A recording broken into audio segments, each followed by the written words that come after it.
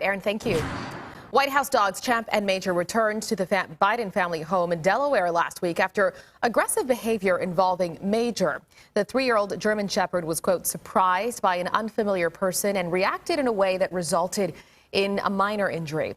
Now, White House Press Secretary Jen Psaki continued by saying Champ and Major are still getting acclimated and accustomed to their surroundings and new people. Joining me now with tips that we can use when bringing our dogs to new environments is dog aggression expert Michael SHIKASHIO. Good morning to you, Michael. Thanks for joining me. Good morning. Thanks for having me. So before we get into these tips here that you're offering up, I want to get your initial reaction to the news when this happened. I suspect it's probably different than what most people had. Yes, aggression is a very normal behavior. It happens many, many times with dogs. Over 4.5 million dog bites happen a year. And so when a dog is settling into a new environment, we can expect some levels of stress to go up. Any kind of change in environment can be stressful on any animal, and that can be a catalyst for aggressive behavior. Yeah, and we're talking about what I'm assuming is probably a pretty stark transition from the lifestyle that Champ and Major had back in Delaware to now the White House, with a lot of people kind of coming in and out. So the first thing you mentioned here is time. Give them time. What do you mean by that? Time to settle in. It's just like when we move as people to a new environment, a new home, we need time to kind of acclimate and get used to our surroundings and de-stress and sort of settle in. That's really important. Dogs need the same time as well. So, not putting them too much pressure on all of the interactions, all of the people they have to interact with could be really helpful to mitigate any kind of aggressive behavior. The next one here is gradual introductions. And we know with Major, this was someone that apparently he wasn't familiar with. Yes, and again, just like people, we want to take our time getting to know somebody. So unfortunately, with people and dogs, people often have a tendency to go right up to dogs and expect all dogs to get along with people. Well, we can't expect that. So we want to, again, gradually introduce them to new strangers and staff in the White House or anybody else the dog would be normally interacting with. And what does that look like, practically speaking, right, when you're introducing your dog to a new person?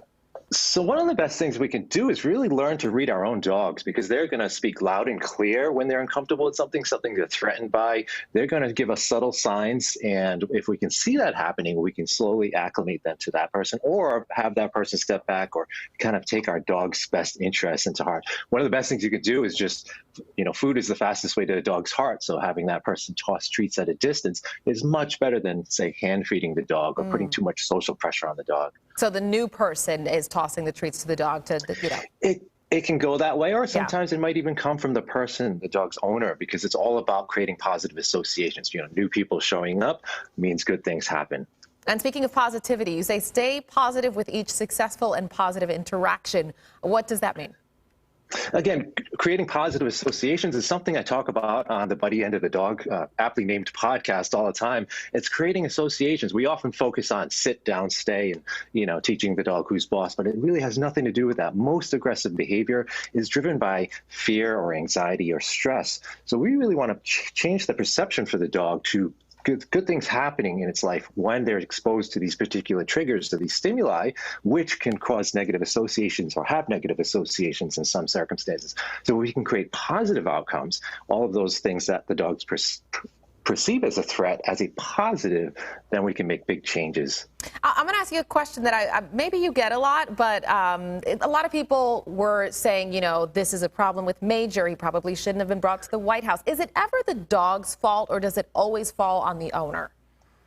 It's behavior, and that's the thing with aggression. Every animal, every mammal has that propensity, humans as well. So we can't expect dogs to just jump into any new environment. So I never blame the dog, and I never blame necessarily the people. It's just behavior, so we can adjust our environment and our behaviors accordingly to help the dog and be successful. I want to speak specifically to Major's background in my last question here. We know that he's a rescue, and a lot of rescue dogs come from tough backgrounds, whether it's abuse or trauma. Should there be any special training that they should have to make sure that they're not triggered?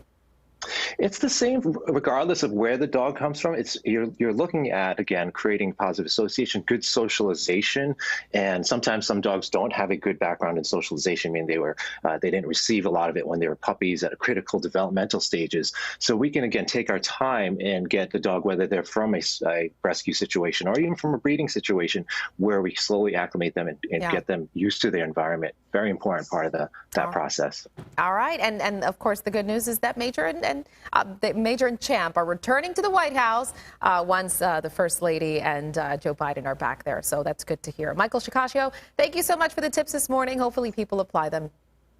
Thanks for having me. All right, of course. Steve, I'll send it over to you. Dakota Johnson taking a big gamble on herself.